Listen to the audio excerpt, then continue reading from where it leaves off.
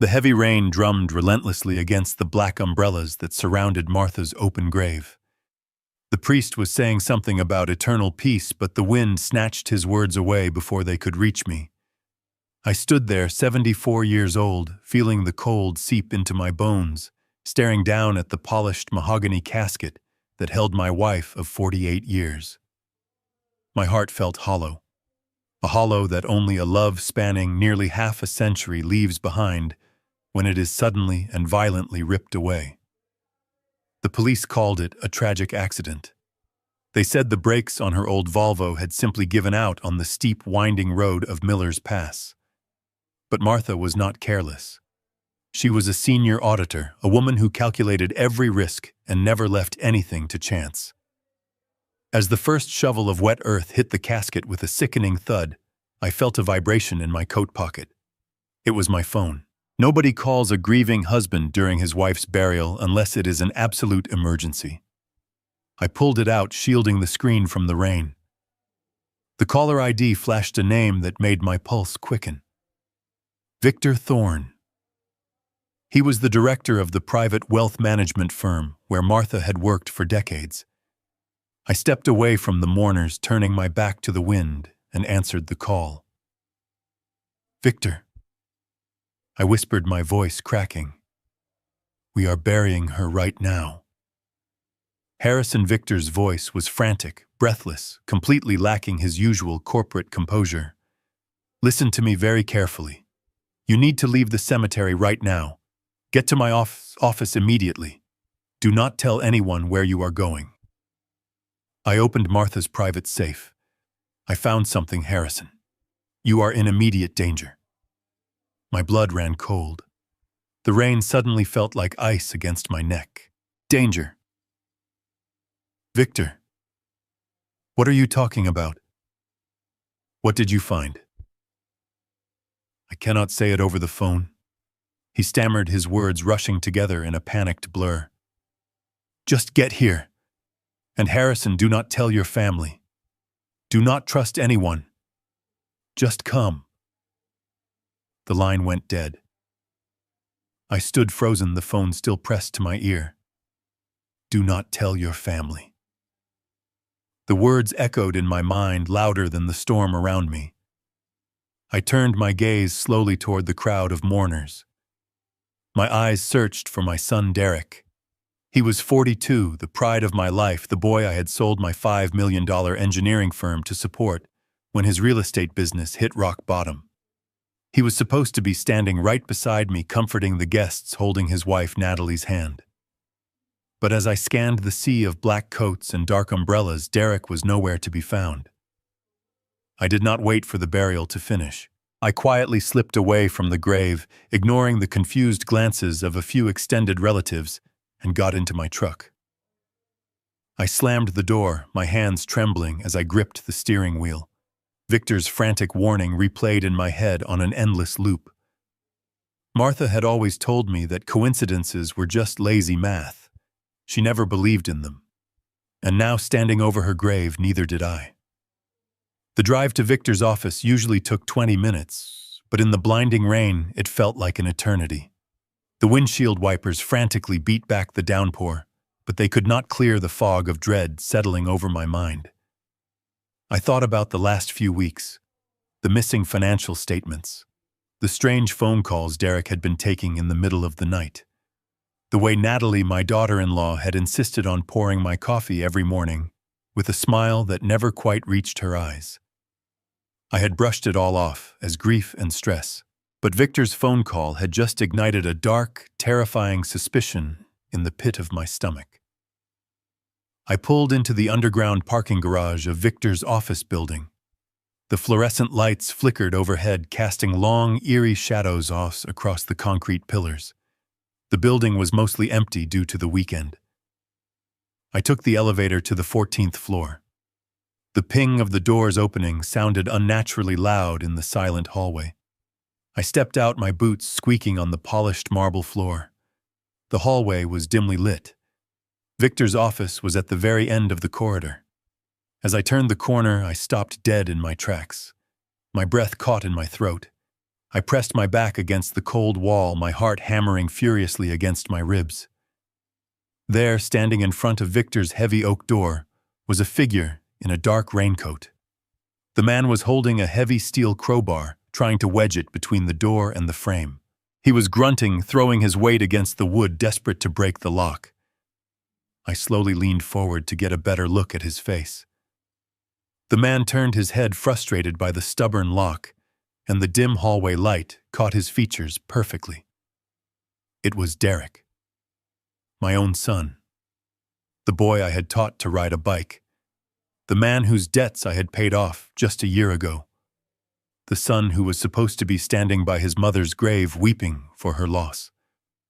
Instead, he was here a few miles away, trying to break into the office of the man who had just warned me that my life was in danger. "Derek," I said. My voice was barely a whisper, but in that silent corridor it sounded like a gunshot. He froze. The heavy steel crowbar slipped from his gloved hands and clattered against the marble floor. The sound echoed off the walls, a harsh metallic ringing that seemed to vibrate right through my chest. He turned around slowly. His face was pale, his eyes wide and bloodshot. For a second, just a fraction of a second, I saw something in his expression that I had never seen before. It was not surprise. It was panic. Pure, unadulterated panic. But then, as quickly as it appeared, the panic vanished. His face crumpled.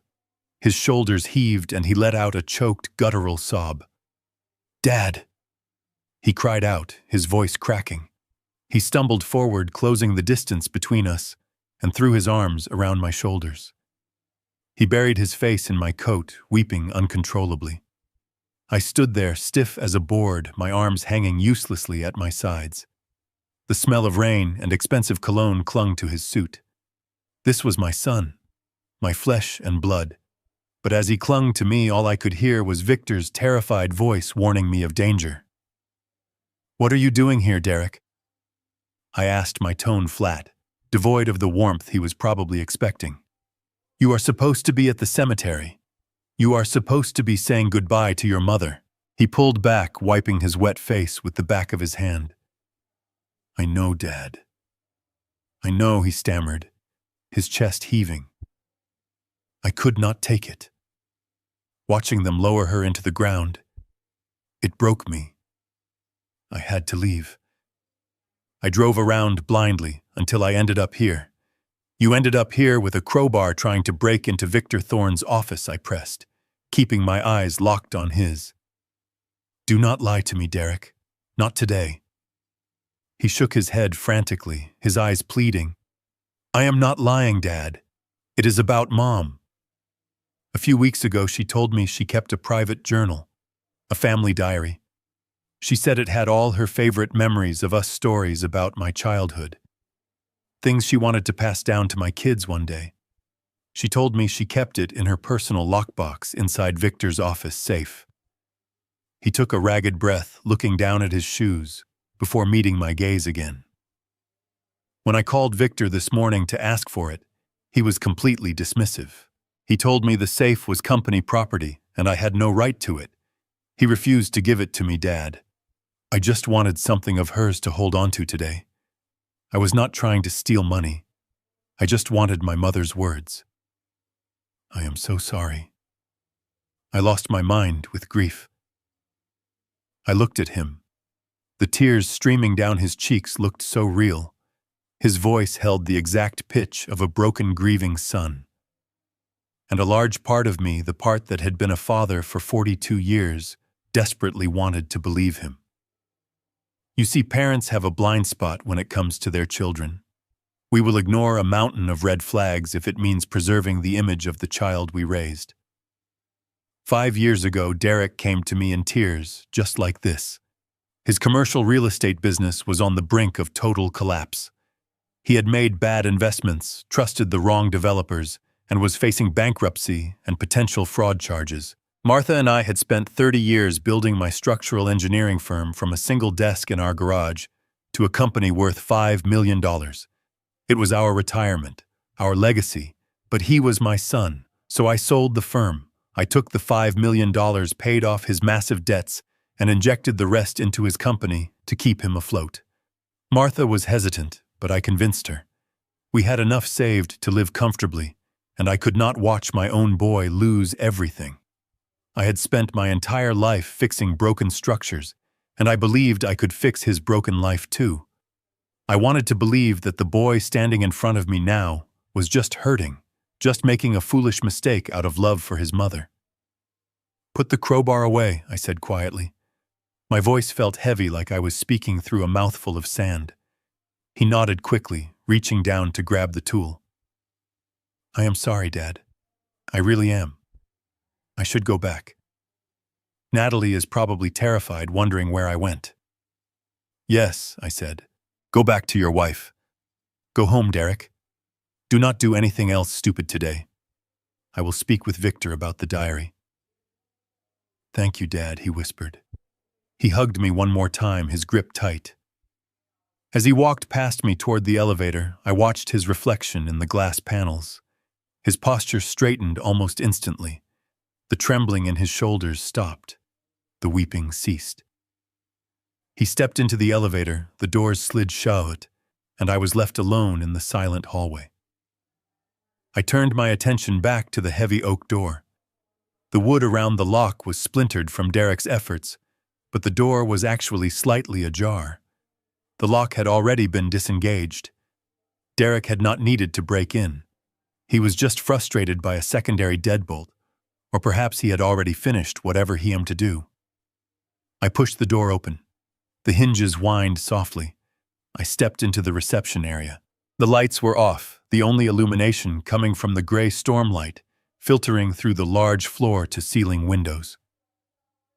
"Victor," I called out. My voice was steady, but my hands were shaking. "Victor, it is Harrison. I am here." There was no answer. I walked past the receptionist's desk and entered his private office. The room was cold. The leather chairs were empty.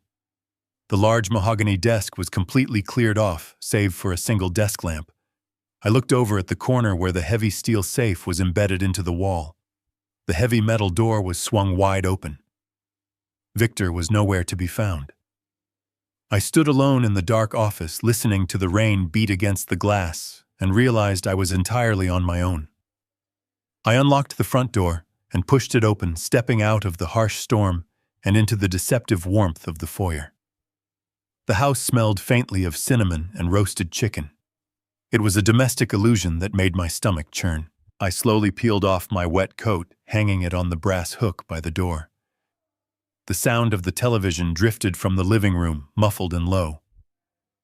As I walked down the hallway, the hardwood floors creaking familiarly under my weight, Natalie emerged from the kitchen.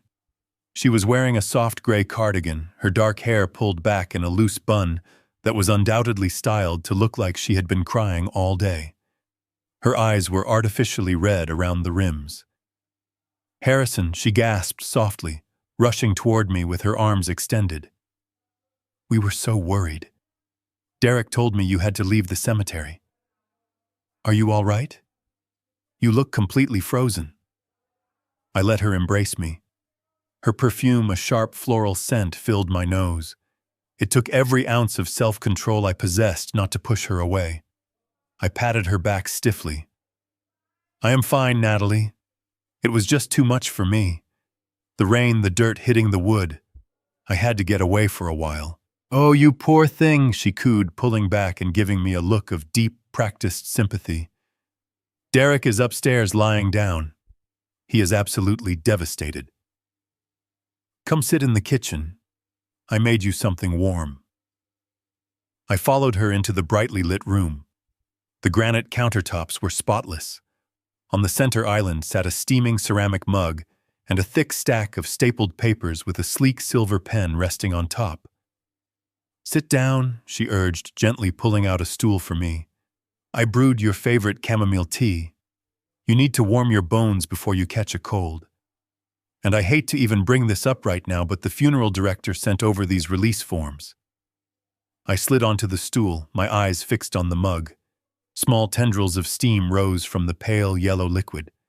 The words from Victor's note flashed in my mind, like a neon sign in a dark room. Do not eat what they give you. I looked at Natalie.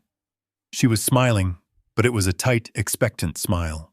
Her gaze flickered briefly from my face to the mug, then to the papers. They need your signature tonight, she explained, her voice dropping to a soft, apologetic whisper. It is just standard paperwork to finalize the burial plot and release the funds to the church. Derek tried to handle it, but since you are the primary account holder, they need your direct authorization. It will only take a second, and then you can go up to bed and rest. I nodded slowly, reaching out and wrapping my cold hands around the warm mug. The heat seeped into my palms, but the chill in my blood remained. I brought the cup close to my face, inhaling the scent. Beneath the sweet, earthy aroma of the chamomile, there was something else. A faint, chalky undertone that I would have never noticed if I had not been looking for it. I lowered the mug without taking a sip. Let me just look these over, I said, reaching into my shirt pocket. I patted my chest, then my pants pockets, adopting a look of mild confusion. Oh, bother. I seem to have left my reading glasses in the truck. Natalie reached across the island and gently tapped the papers with her manicured fingernail. You do not even need to read them, Harrison. It is all standard legal jargon. Just sign at the bottom where the sticky notes are. We want to get this out of the way so you can focus on healing. I cannot sign anything without my glasses, Natalie. I insisted, keeping my voice gentle but firm. My eyes are not what they used to be. I brought the papers closer to my face, squinting hard. I held the thick packet a few inches from my nose, pretending to struggle with the blurry text. But my vision, while certainly aging, was not completely gone. Through the deliberate squint, the bold black letters at the top of the first page came into sharp focus. This was not a funeral release form. There was no mention of a cemetery, a burial plot, or a church. The document was titled Comprehensive General Medical and Financial Power of Attorney. My heart pounded against my ribs like a trapped bird. I scanned the dense paragraphs below. It was an absolute surrender. By signing this document, I would be legally declaring myself mentally unfit. I would be granting my son, Derek Ward, irrevocable control over my health care decisions, my bank accounts, my property, and the entire $6 million family trust. I had spent my life building. If I put my name on that dotted line, Derek could sell this house from under my feet, drain my accounts by morning, and lock me away in a care facility before the weekend was over. They were not just stealing from me. They were erasing me. I looked up at Natalie. She was watching me intently, her fingers drumming a silent, impatient rhythm on the granite countertop. Her mask of sympathy was beginning to crack, revealing a cold, calculating anticipation underneath. I needed to destroy the documents, but I could not let her know that I understood what they were. I shifted my weight on the stool, fumbling with the papers awkwardly. As I reached forward to grab the silver pen, I let my elbow strike the side of the heavy ceramic mug. The cup tipped over instantly. The scalding hot laced tea flooded across the kitchen island, a tidal wave of yellow liquid that swallowed the stack of documents. Natalie shrieked, jumping back as the hot liquid ruined the crisp pages. "Oh, I am so incredibly sorry, Natalie," I gasped frantically, grabbing a handful of paper towels from the counter. I clumsily dabbed at the soaked documents, ensuring I smeared the dark ink. My aging hands just betrayed me. I am simply exhausted tonight. Natalie stood there in utter silence, staring at the completely ruined paperwork. The warm mask of the sweet, grieving daughter-in-law vanished instantly. Her jaw clenched so tightly. A small muscle ticked near her left eye. For a terrifying second, I thought she was going to strike me. She took a jagged breath, forcing her shoulders to drop. "It is absolutely fine, Harrison," she said, her voice tight and clipped. "It was just an accident. I will have the funeral director print a new set tomorrow. Head upstairs to bed now. You have had a very long, tragic day." I nodded meekly, keeping my head bowed to hide the sudden, sharp clarity in my eyes. I bid her good night, and slowly made my way up the stairs.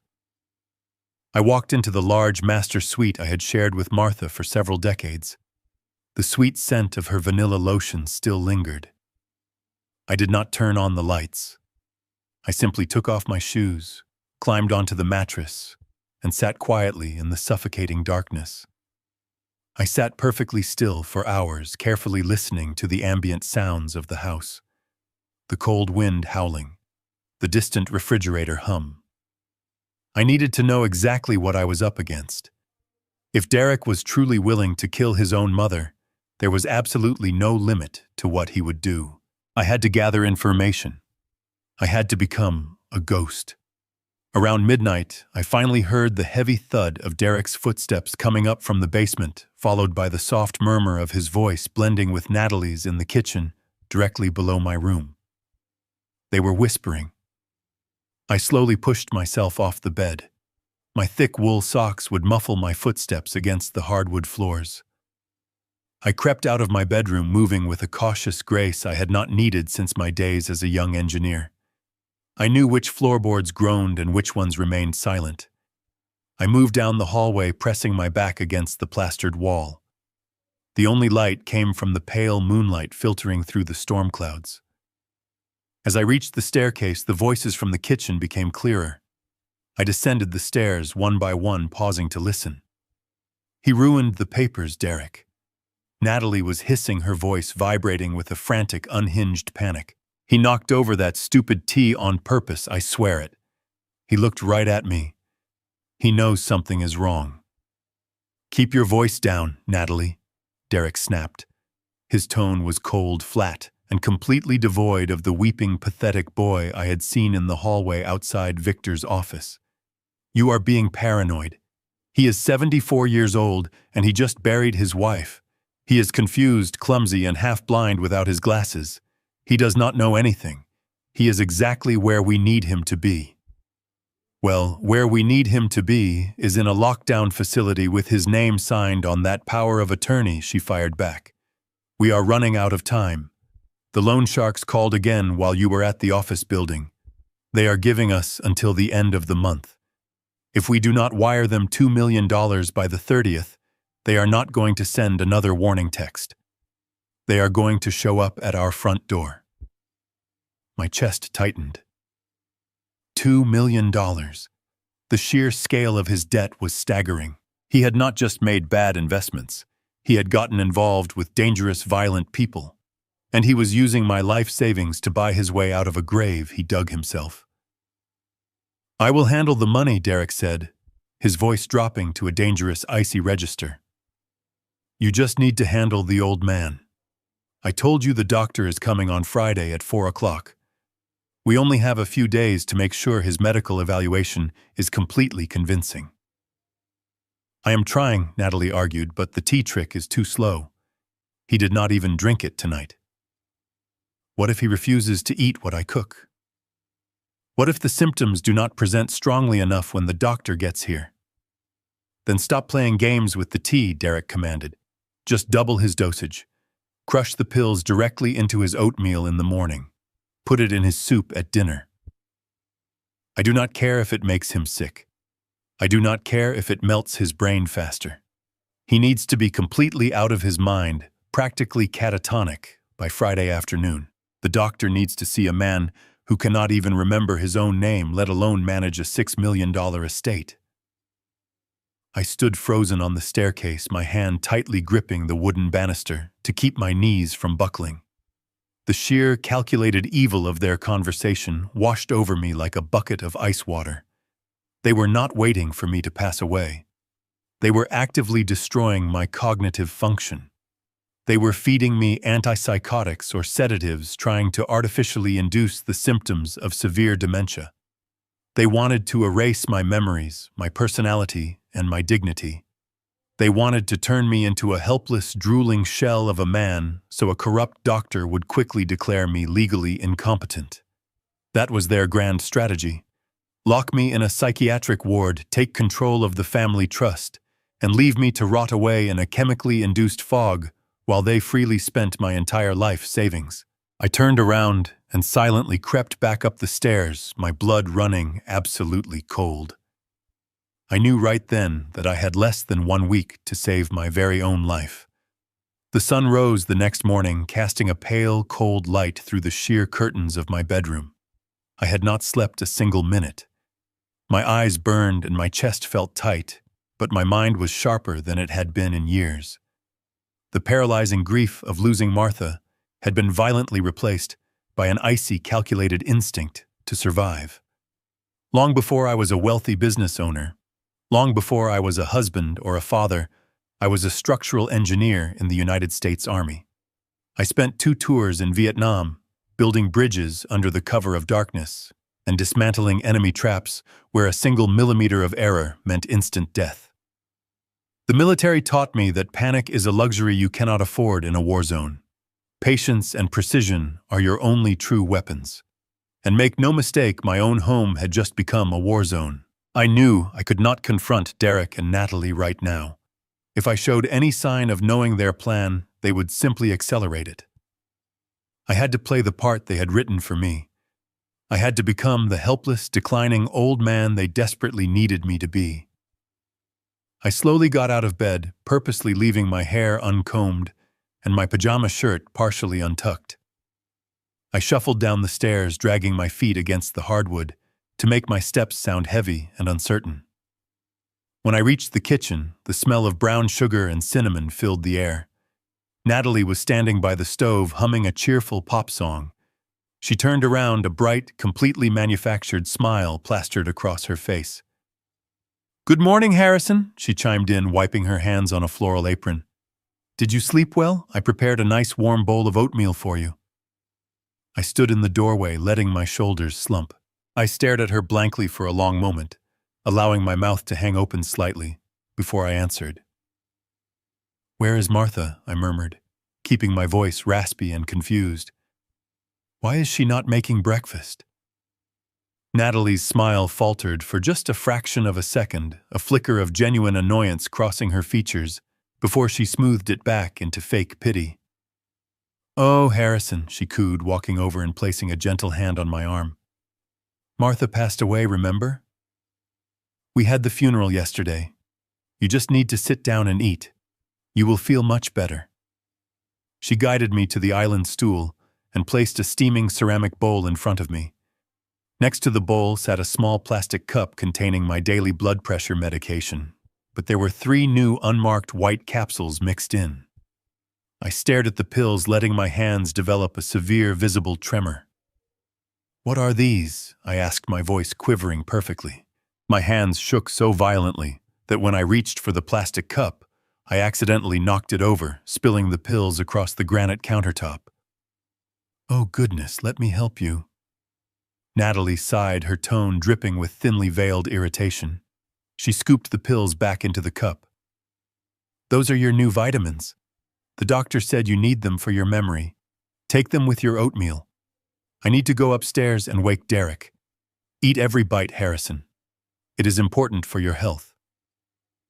She turned on her heel and marched out of the kitchen, her footsteps fading up the staircase. The moment she was out of sight, my trembling hands became completely still. I moved with swift, silent precision. I reached into the pocket of my pajama pants and pulled out 3 white peppermint breath mints I had retrieved from my travel bag earlier that morning. They were roughly the same size and shape as the mysterious capsules. I quickly scooped up the 3 unmarked pills from the counter, shoving them deep into my pocket to save for later analysis. I placed the mints into the little cup alongside my actual blood pressure pill. Then I turned my attention to the steaming bowl of oatmeal. Derek had explicitly told her to double the dosage and crush it directly into my food. I could not risk eating even a single spoonful. I grabbed the bowl, walked silently over to the sink, and dumped the entire portion of thick oatmeal straight down the drain. I turned on the faucet running the hot water and flipped the switch for the garbage disposal. The machine roared to life violently, grinding away the poisoned breakfast. To make it look convincing, I grabbed a spoon, smeared a tiny bit of the remaining oatmeal residue around the inside edges of the bowl, and set it back on the kitchen island alongside the empty plastic pill cup. I sat back down on the stool, chewed up my blood pressure pill and the 3 breath mints, and waited. When Natalie returned to the kitchen 10 minutes later, she glanced at the empty bowl and the empty cup. A look of profound satisfaction washed over her face. "Good job, Harrison," she praised me as if she were speaking to a toddler. "Now why do you not go sit in the recliner and watch some television?" I spent the day staring blankly at the television, playing the fool, while meticulously planning my survival. The poisoned pills hidden in my pocket were undeniable proof, but I needed allies. When night finally fell, I waited until the clock struck 2 in the morning. The house was completely silent. Derek and Natalie slept upstairs, certain I was heavily sedated. I dressed quickly in dark clothes. Bypassing the alarmed doors, I crept down into the unfinished basement. I navigated the shadows, perfectly reaching a small egress window hidden behind the furnace. I forced the stiff latch open and squeezed my shoulders through the narrow opening, pulling myself out into the cold grass. I closed it silently. Moving through the dark trees, I had a meeting that would change everything. The crisp night air bit my face as I navigated the woods behind my property. I walked nearly 2 miles through stubble underbrush to reach the county highway. I kept my head down, my heavy work boots sinking deeply into the soft mud, my mind entirely focused on the destination. Earlier, using a prepaid cell phone hidden in my garage, I managed to contact Victor. He gave me an address on the outskirts of town. I reached the wood's edge and stepped onto the highway. Down the road, a neon sign cut through the dark. The motel was a place where people went to disappear. I pulled my collar up and hurried across the lot. I found room number 12 at the very back of the single-story building. I knocked 3 times, paused, and knocked twice more as we had agreed. I heard the scrape of a deadbolt, then the rattle of a chain. The door cracked open just an inch. A tired, bloodshot eye peered out at me from the shadows. The door swung open, and I stepped into the stale, musty air of the cheap motel room. Victor quickly locked the door behind me. I barely recognized him. The man who usually wore bespoke Italian suits and immaculate silk ties was standing before me in a wrinkled dress shirt, his tie undone, his face covered in a thick layer of pale, uneven stubble. He looked entirely broken. "Thank God you made it," Victor breathed out. "I did not know if they were watching your house. I feared you were already trapped." I took a deep breath. "I am out, Victor, but I do not have much time. They think I am sedated, but I must return before sunrise. Tell me exactly what is going on. Tell me what you found in my wife's safe." Victor walked over to a small, wobbly laminate table sitting under a dim lamp. On top of the table was a battered leather briefcase. He clicked the brass locks open with trembling fingers. "Harrison, I need you to brace yourself," he said softly, not meeting my eyes. "When you sold your engineering firm to bail Derek out 5 years ago, you thought he just made some poor real estate investments. We all did. The market was tough, and young developers make mistakes. That is what he sold to us, and that is what we bought." Victor pulled a thick stack of manila folders from the briefcase and laid them flat under the yellow light. But Martha was the sharpest auditor I have ever employed in my entire 30-year career. She never took anything at face value. A few months ago, she noticed some irregularities in the quarterly reports Derek was submitting to the family trust. Small things at first. Discrepancies in material costs, odd billing cycles for his construction contractors. She decided to do a quiet independent audit of his business accounts. I stepped closer to the table, my eyes scanning the dense spreadsheets and highlighted bank statements. What did she find, Victor? I demanded, my voice hardening. Victor let out a long, heavy sigh. Derek is not a failed real estate developer, Harrison. He is a highly successful money launderer. These documents prove that he set up a complex web of offshore shell companies. He used the $5 million you gave him not to pay off legitimate debts, but to establish a network to wash dirty money for a highly organized, violent criminal syndicate. The loan sharks he owes money to are not typical lenders. They are dangerous cartel associates. And worse, he used your family trust as the ultimate clean front. For the past 2 years, he has been quietly draining your $6 million retirement fund to cover his massive losses when his illegal shipments were seized by the authorities. I stared at the papers, the numbers blurring together, as the horrific reality washed over me. My son was not just a greedy, ungrateful child. He was a deeply entrenched criminal who had risked the lives and livelihoods of his own parents to serve a criminal empire. Every smile, every family dinner, every moment of apparent gratitude was nothing but a calculated performance to keep us completely blind to his massive, sweeping financial crimes.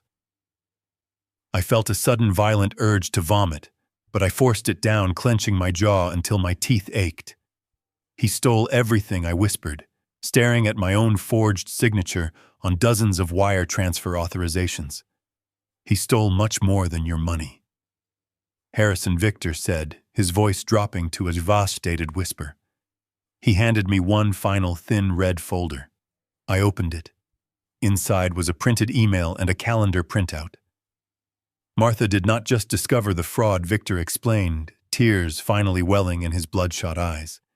She documented every single shell company, every forged signature, and every illegal wire transfer.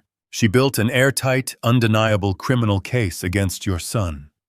And because she knew the local police might be compromised or simply unequipped to handle a federal crime of this magnitude, she bypassed them entirely. I looked at the printed email.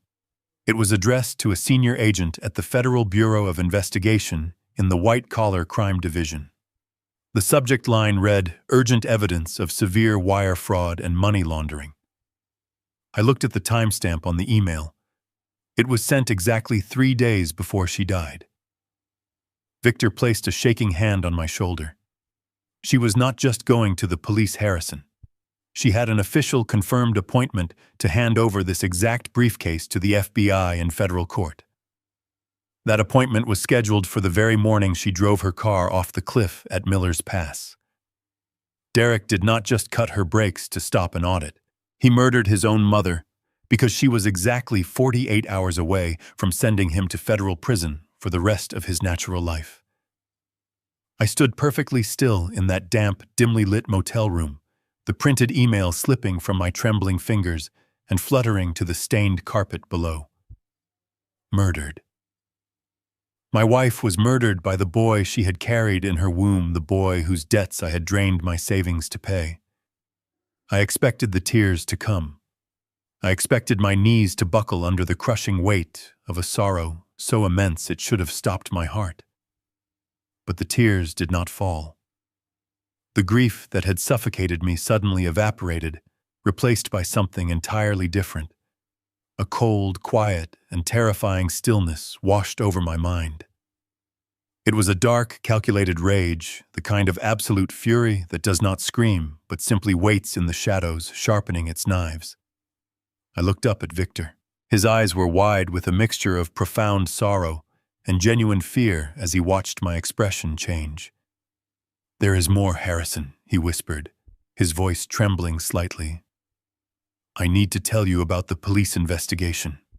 I need you to know exactly how he managed to make a blatant murder look like a tragic accident." I nodded slowly, my jaw clenched so tightly my teeth ached. "Tell me everything, Victor.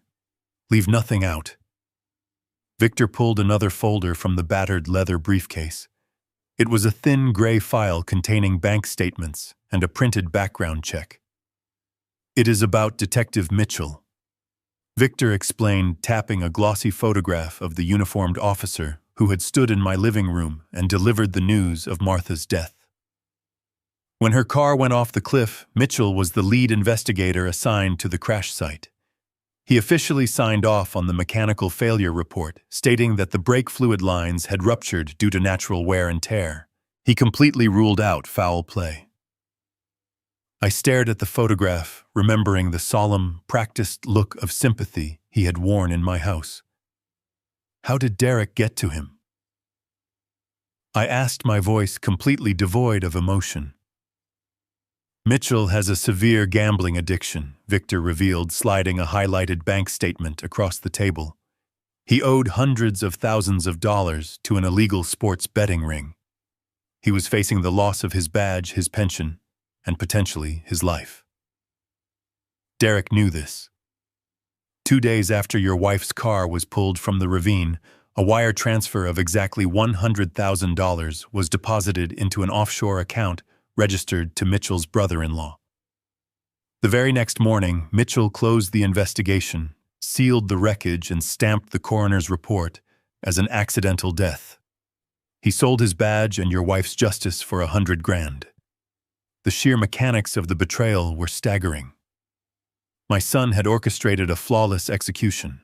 He had identified the one person who could expose his crimes, hired a mechanic to sever the brake lines, and preemptively purchased the investigating officer to ensure the murder was buried forever. He had built a fortress of lies, and he was currently sleeping under my roof, waiting to lock me in a psychiatric ward so he could claim his final prize. Victor watched me closely. "Harrison, what are we going to do?" he asked in a panic. "We cannot go to the local police. Mitchell will intercept any report we make. If we go to the FBI, without absolute proof of the murder plot, Derek will know. He will accelerate his timeline. He will have you committed by Friday, and I will likely end up dead. We are completely trapped." I reached down and picked up the email, placing it into my coat pocket. "We are not trapped, Victor," I said quietly. My voice sounded foreign to my own ears, stripped of the warmth of the man I used to be. "Derek thinks he is dealing with a senile old man. He thinks I am an open wallet waiting to be emptied. He has forgotten who raised him. He has forgotten what I did before I sat behind a desk." I turned and walked toward the door. "You stay hidden, Victor. Do not contact anyone. I am going back to play my part. Let them think the drugs are working. Let them think they have won." I stepped out into the freezing night, walking to the edge of the motel parking lot. Under the flickering neon sign, I pulled out a prepaid cell phone. I punched in a number I had memorized decades ago, belonging to a man who lived his life in the shadows. The line rang 3 times before a deep, gravelly voice answered. "Yeah," the voice grunted. "Garrett," I said, staring out into the dark highway. "It is Harrison Ward." There was a long pause. "Harrison," the voice replied, the gruffness softening. "It has been a long time, brother. I heard about Martha. I am so sorry." "I do not need your sympathy right now, Garrett," I said flatly. "I need your skills. I need the man you were in the jungle." Garrett Cole was an old military buddy, a man who had served alongside me in the worst combat zones imaginable. After the military, he became a highly specialized private investigator handling corporate espionage. He was a master of gathering dirt on people who thought they were untouchable.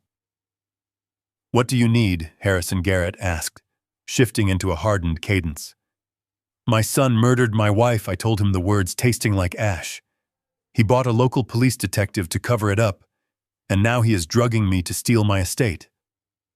I have 72 hours to build a steel trap and catch them all. I need you here by morning. Bring everything you have." "Consider it done," Garrett replied. I hung up the phone. The sadness was entirely gone now. I turned toward the dark woods, ready to return to the viper's nest. I slipped back through the basement window just as the first gray light of dawn began to bleed over the horizon. My muscles ached from the cold, but my mind was relentlessly sharp. I crept up the stairs and slipped back into my bed, pulling the covers up to my chin. When Natalie came in a few hours later with another bowl of laced oatmeal, I played my part perfectly. I stared blankly at the wall, knocked my spoon onto the floor, and discarded the pills the moment she turned her back. By 10 o'clock, Derek and Natalie were dressed in somber black clothing. They told me they were attending a memorial luncheon hosted by Martha's friends from the country club. Natalie gave me a condescending pat on the cheek, locked the front door, and their luxury SUV pulled out of the driveway. The moment the sound of their engine faded down the road, the facade dropped. I moved quickly through the house, unlocking the back patio door. 5 minutes later, a shadow detached itself from the tree line.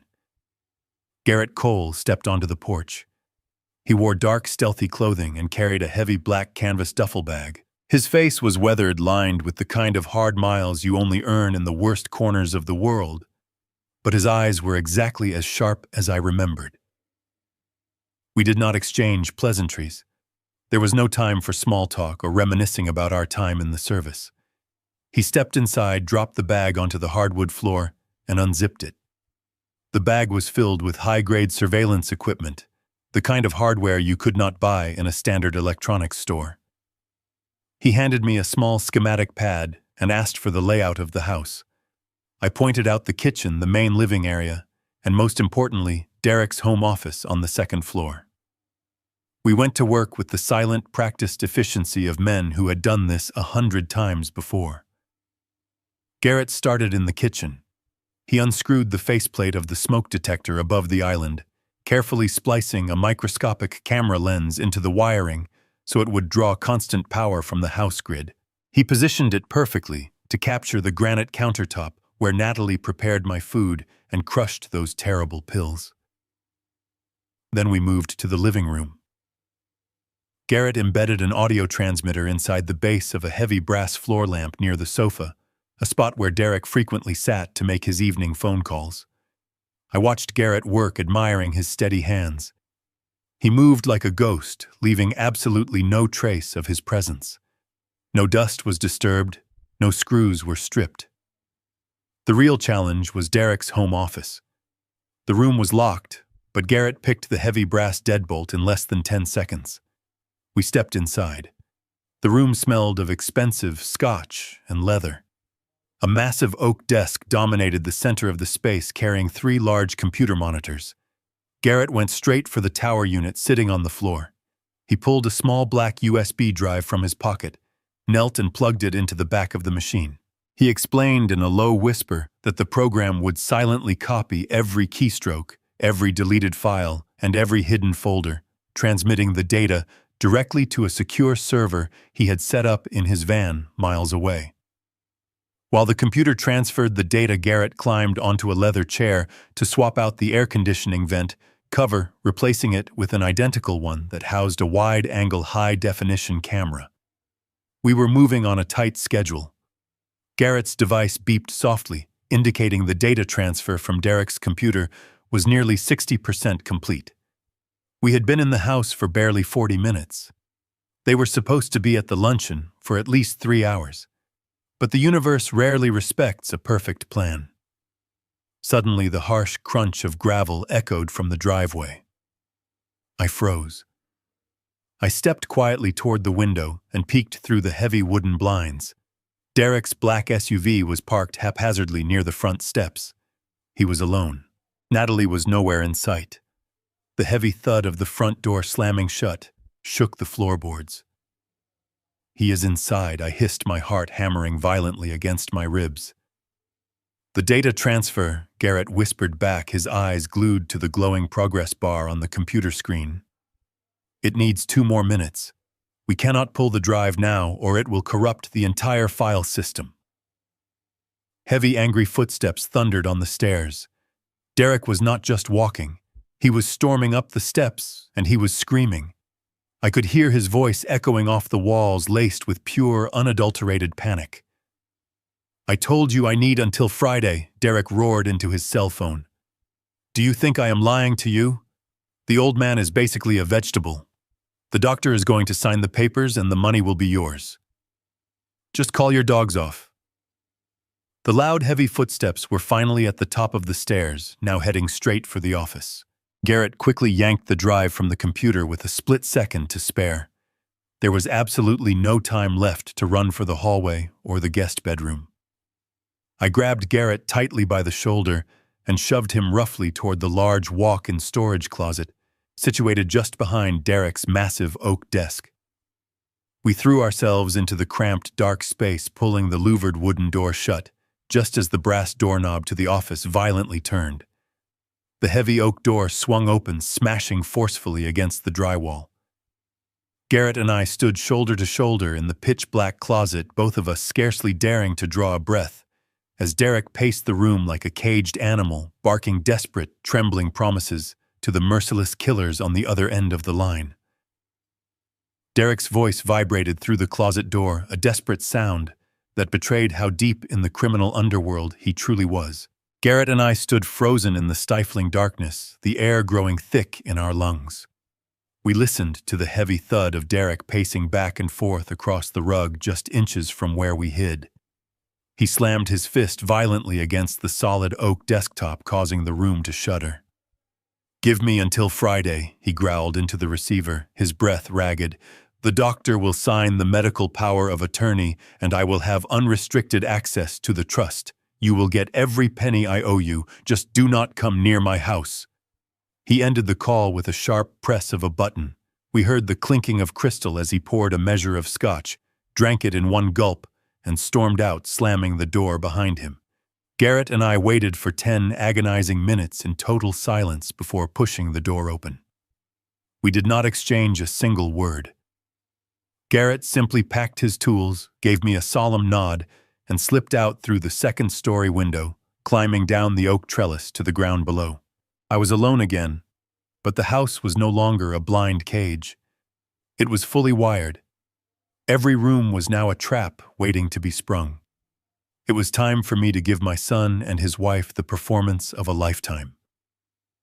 When Natalie returned an hour later, she found me sitting cross-legged in the middle of the living room floor.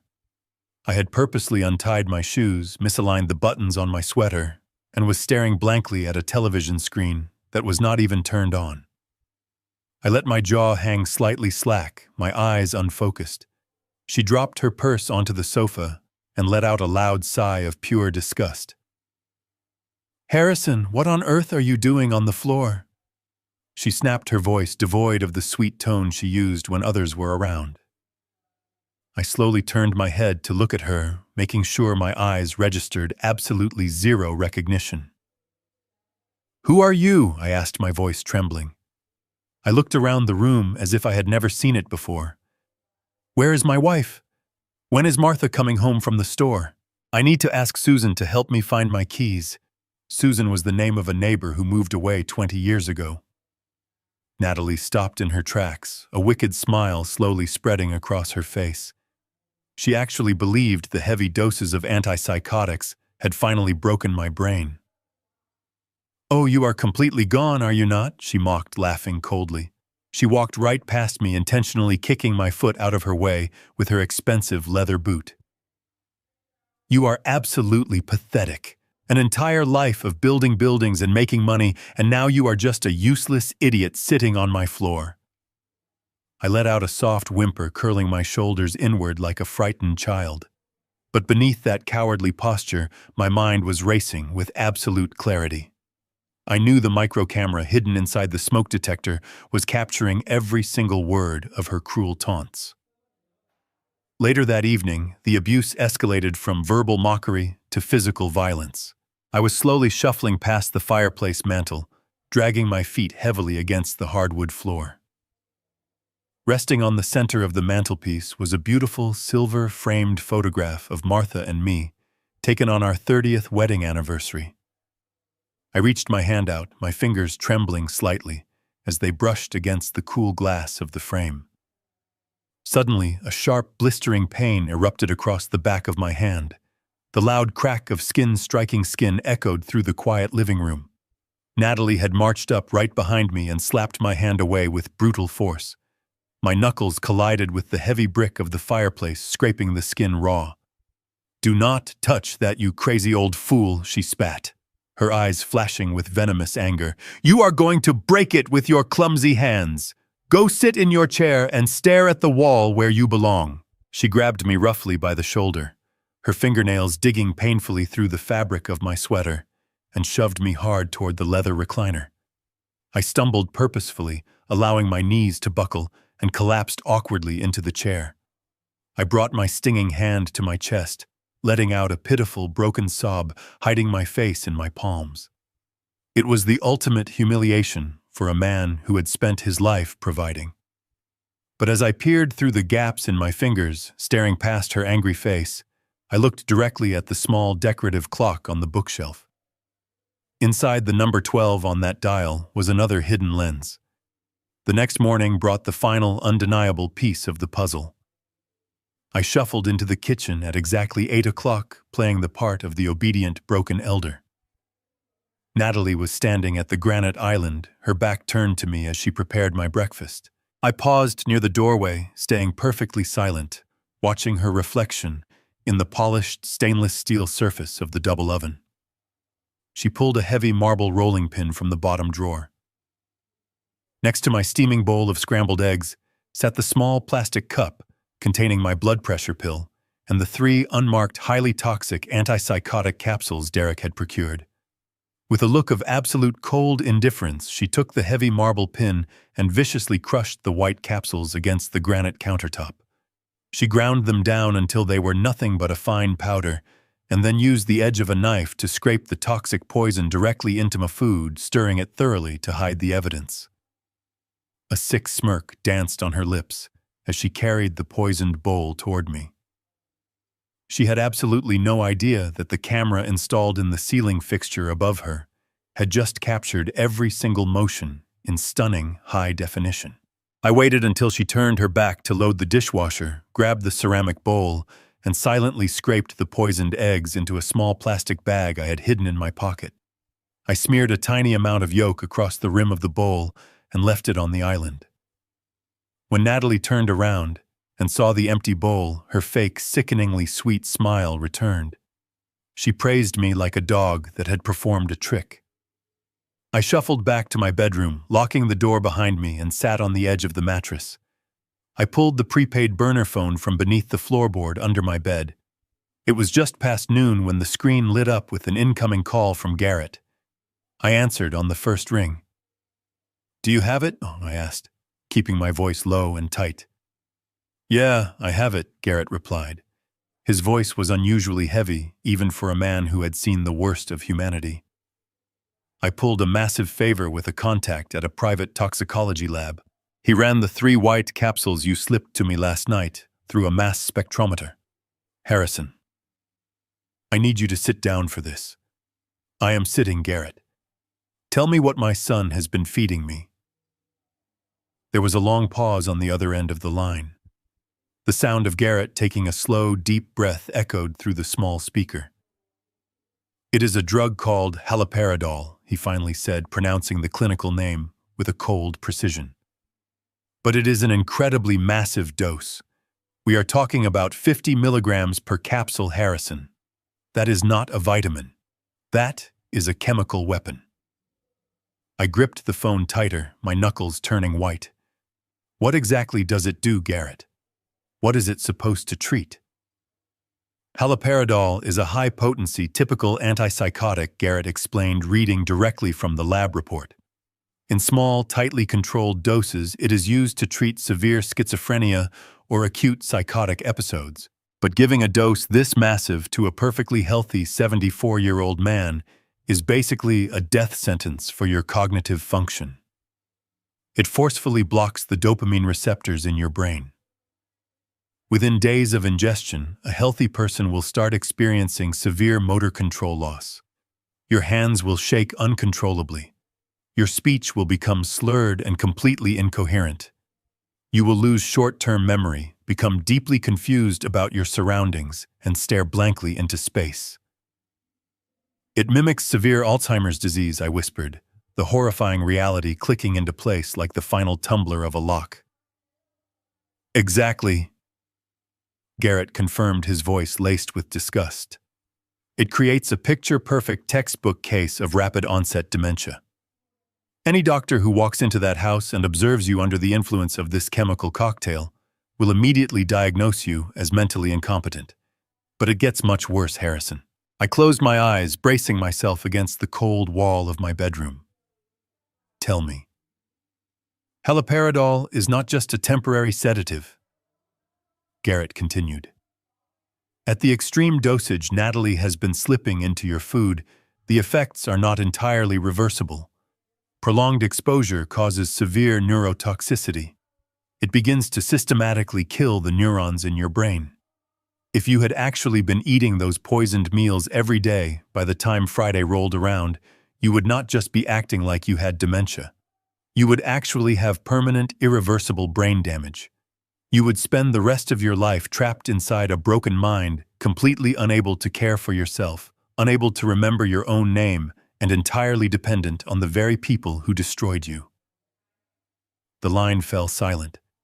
The only sound in the room was the heavy, ragged sound of my own breathing. I lowered the phone slightly, staring out the bedroom window at the gray, overcast sky. My mind raced back to the day Derek was born. I remembered holding him in the hospital room, looking down at his tiny, fragile hands, and promising to protect him from the cruelties of the world. I remembered working 16-hour shifts on construction sites in the freezing rain, saving every spare dollar so he could attend a prestigious private university without a single student loan. I gave him my youth, my energy, and my $5 million company.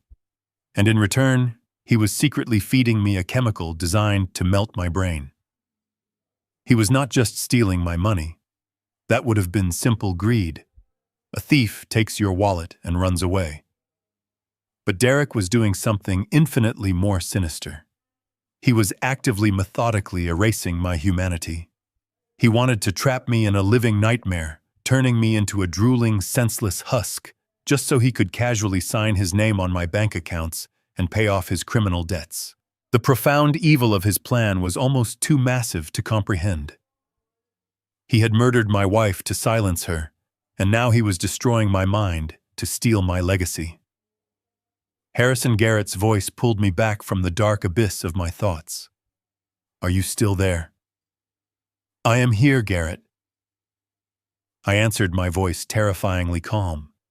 It was the absolute calm of a man who had nothing left to lose. "We have everything we need," Garrett said. The camera in the kitchen recorded her crushing the pills. The audio feed caught Derek ordering her to double the dosage. And now we have the toxicology report proving it is a lethal neurotoxic poison. This is premeditated attempted murder, Harrison. We can call the FBI right now. We can end this today. "No," I commanded softly. "If we arrest them now, Derek will hire the best defense lawyers in the state. He will claim he bought the wrong supplements. He will claim ignorance. He will drag this through the courts for years. And Detective Mitchell might catch wind of it and destroy the evidence regarding Martha's crash. We stick to the plan." "Are you absolutely sure you want to wait until Friday?" Garrett asked, clearly concerned for my safety. "I am completely sure," I replied. "They want to put on a show for this corrupt doctor. They want a grand finale where I am declared incompetent and they win the grand prize. I am going to give them their show. But I am writing the final act." I ended the call and slid the phone back under the floorboard. I stood up and walked over to the mirror hanging above the dresser. I looked at my reflection. The tired, grieving widower was completely gone. In his place stood a man forged in the fires of absolute betrayal. My son was trying to destroy my mind, but he had only succeeded in waking up a monster he could never hope to defeat. Friday was exactly 3 days away, and hell was coming with me. Wednesday morning dragged by with agonizing slowness. I continued to play the broken, sedated old man, shuffling aimlessly and staring blankly out the windows. Natalie watched me with a mix of disdain and triumph, entirely convinced her chemical cocktail was working flawlessly. Little did she know I was mentally mapping their downfall. At exactly 2 o'clock, while Natalie showered, the burner phone vibrated against my thigh. I retreated to my bedroom, locked the heavy wooden door, and answered the call. It was Garrett. His voice crackled over the secure line, humming with a tense electric energy. He had spent the last 24 hours relentlessly hammering against the firewall of Derek's home server. The USB drive we plugged into his computer was not just copying files. It was actively sniffing out his keystrokes, hunting for the master password to his encrypted storage drives. Garrett told me the encryption was military grade, something Derek must have purchased from his underground connections. But Garrett was a ghost in the machine, a man who had broken into overseas intelligence servers during our time working alongside government agencies. I finally cracked the main vault. Harrison Garrett said, the rapid clicking of a keyboard echoing loudly in the background. The keystroke logger caught him logging into a hidden administrative account late last night. Once I had the passphrase, I bypassed the local network firewall and established a secure remote tunnel directly into his hard drive. I am inside his entire digital life right now, and what I am seeing is absolutely staggering. I sat on the edge of my bed, staring at the floorboards. Tell me what is in there, Garrett. I need to know exactly how deep this infection goes. The silence on the other end of the line was heavy. Garrett let out a low whistle. It is a massive financial graveyard, he muttered. He is running a sophisticated international laundering operation. I am looking at spreadsheets detailing wire transfers to offshore accounts. He set up dozens of dummy corporations, construction companies that never built a single house, consulting firms that have no employees. They are all just empty vessels designed to clean millions of dollars in illicit cash. And the worst part is how he funded the initial infrastructure. He used your family trust as the primary collateral to open the offshore credit lines. He bled my accounts dry to finance his criminal enterprise, I stated, feeling a cold knot tighten in my stomach. Yes, Garrett confirmed. Every time he suffered a loss, every time a shipment was intercepted or a deal went bad, he drained funds directly from your retirement accounts to cover his tracks and keep the loan sharks away. But he was smart about it. He never transferred the money straight to his personal bank. He funneled it through a complex web of cryptocurrency wallets. I am tracking the digital ledger right now. He converted your life savings into untraceable digital coins, bounced them across dozens of anonymous servers around the world, and then deposited them into his hidden accounts. It is a financial maze designed to confuse any standard forensic accountant. But Martha was not a standard accountant. She must have caught a minor discrepancy in the initial withdrawal patterns and followed the thread all the way to the digital exchanges. That is why she was putting together that physical briefcase for the federal authorities. She had the physical bank statements that proved where the initial seed money came from. Derek knew that if she handed those documents over, the authorities would easily obtain subpoenas for the exchange platforms and tear his entire digital fortress down to the ground. Keep digging, Garrett. I urged my voice steady despite the rage boiling in my chest. If he is meticulous enough to build this kind of network, he is meticulous enough to keep records of everything. Check the deleted files. People like Derek always think dragging a file to the trash bin makes it disappear forever. They never realize that the data still exists on the physical drive until it is overwritten. You are reading my mind, Garrett replied. I am running a deep recovery scan on the unallocated space of his hard drive right now. It takes a massive amount of processing power, but my rigs are chewing through it. I am pulling up thousands of fragmented files, old emails, encrypted chat logs, digital receipts for burner phones. It is like sifting through the ashes of a burned-down building. Wait. Garrett stopped speaking. The rapid clicking of his keyboard suddenly ceased. The silence stretched out thick and heavy with anticipation. Garrett. What is it? I demanded. Gripping the phone so tightly, my knuckles throbbed. What did you find? Give me a second, he murmured, his voice sounding distant, as if he was leaning close to his monitor. He had a secondary hidden partition on the drive. It was masked to look like a corrupted system folder. I just bypassed the permissions, Garrett continued. It is a completely isolated directory. There are no financial documents in here. It is just a single lonely folder tucked away in the darkest corner of his server. I felt a cold chill wash over my skin. What is inside the folder, Garrett? Tell me right now. I heard the faint click of a computer mouse. It is an audio file, Harrison. Just one single MP3 recording. The file size is small, maybe only 2 or 3 minutes long at most. But it is the file name that has my attention. My heart hammered against my ribs like a trapped animal desperate to escape. "Read the name," I ordered, my voice dropping to a harsh, unforgiving whisper. I heard Garrett swallow hard over the phone. "The metadata shows. It was created exactly 4 days before Martha died." He explained, his tone completely devoid of any emotion, adopting the clinical detachment of a soldier delivering a casualty report. "The file is titled mechanic_deposit. Play it," I ordered. My voice was no longer my own. It was a hollow, scraped-out sound, like wind blowing through an empty canyon. I pressed the phone so hard against my ear that the plastic casing dug painfully into my skin. I needed to hear every syllable. I needed the undeniable truth burned into my mind so that I would never again feel a shred of pity for the boy I raised. I heard Garrett click his mouse. A harsh burst of static hissed through the small speaker, followed by the heavy rhythmic thrum of background noise. It sounded like an auto repair shop. I could hear the faint whine of a pneumatic drill and the clang of metal striking metal. Then a voice cut through the industrial hum. It was Derek. His tone was casual, laced with a terrifying arrogance. "Look, I do not care how you do it," Derek said, his voice crystal clear despite the ambient noise. "Just make sure it is completely untraceable. I am paying you a premium for a clean job." A second voice grunted in response. This voice was raspy, thick with a lifetime of cheap cigarettes. "It is a 1998 Volvo," the mechanic replied. "The undercarriage is practically rusted through anyway. It will not take much to make it look like a tragic structural failure. I can weaken the primary fluid lines.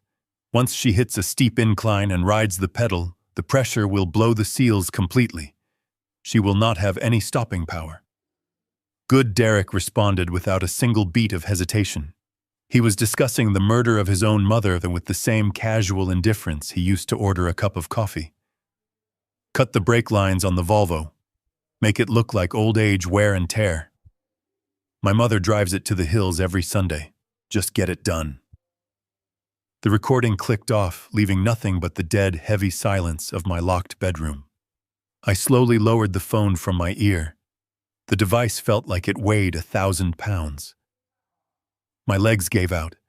I collapsed onto the edge of the mattress, my chest heaving as if the air had been violently sucked from the room. I tried to take a breath, but my throat closed up. A guttural, agonizing sound tore its way out of my lungs, a primal cry of absolute devastation that I had to muffle by burying my face deeply into a thick woolen pillow. The pain was physical. It felt as though a jagged blade had been driven directly through my sternum and twisted without mercy. The son I had built an empire for the boy whose scraped knees I had bandaged the child I had taught to fish in the quiet waters of Lake Sinclair, had cold-bloodedly ordered the assassination of the woman who gave him life. And he did it for money. He did it to protect a criminal laundering operation. Martha had loved him with an endless, forgiving grace. She had baked him his favorite chocolate cake for his 40th birthday just a few years ago. She had framed his college diploma and hung it proudly in our hallway. And he had sent her careening off a mountain road, knowing she would be terrified in her final moments, desperately pumping a dead brake pedal as her car plunged toward the jagged rocks below. I saw her face in my mind, her warm smile, the way her eyes crinkled when she laughed at my terrible jokes. I imagined her final seconds of sheer terror, the crushing impact, the sound of tearing metal, the absolute darkness that followed. And knowing that Derek probably smiled when he received the phone call from the police, I threw the pillow across the room. It struck the wall with a dull thud. My hands began to shake, not with the fake tremors of a poisoned old man, but with a violent volcanic rage that consumed every ounce of sorrow left in my body. The tears stopped falling. The grief evaporated. In its place, a dark, terrifying clarity settled over me. I stood up from the bed. I walked over to the closet and caught my reflection in the full-length mirror on the door. My eyes were red and swollen, but they were hard, cold, unforgiving. I picked up the phone again. Garrett was still on the line, maintaining a respectful, heavy silence. He knew what I was going through. He knew there were no words of comfort that could possibly heal the wound of a betrayed father. Harrison Garrett finally whispered, his voice thick with sorrow. "I am so sorry. I am so damn sorry." I took a slow, deep breath, feeling the icy resolve lock into place. "Do not be sorry, Garrett," I replied. My voice was steady now. The tremor was gone. The hesitation was completely erased. "Keep that audio file secure. Back it up on 3 different servers. Print the bank statements showing the deposit he made to that mechanic. Print the offshore accounts, the crypto ledgers, everything. I want a mountain of physical evidence ready by tomorrow night." "Are we still waiting for the doctor on Friday?" Garrett asked, clearly eager to burn the house down right now. "Yes," I answered, my tone leaving absolutely no room for debate. "They want to play a game of deception. They want to trap me in a corner and strip me of everything I own. But the gloves are completely off now. He crossed a line that cannot be uncrossed. I am not just going to send my son to prison. I am going to utterly destroy him.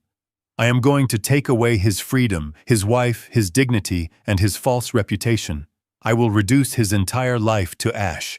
Friday is Judgment Day, and I am going to be the judge, the jury, and the absolute executioner. He will pay for this." Thursday arrived wrapped in a suffocating tension. The air inside the house felt thick, poisoned by the unspoken secrets festering within its walls. I spent the entire day confined to the living room recliner, wrapped in a heavy woven blanket, staring vacantly at the muted television screen. My performance had to be absolutely flawless now.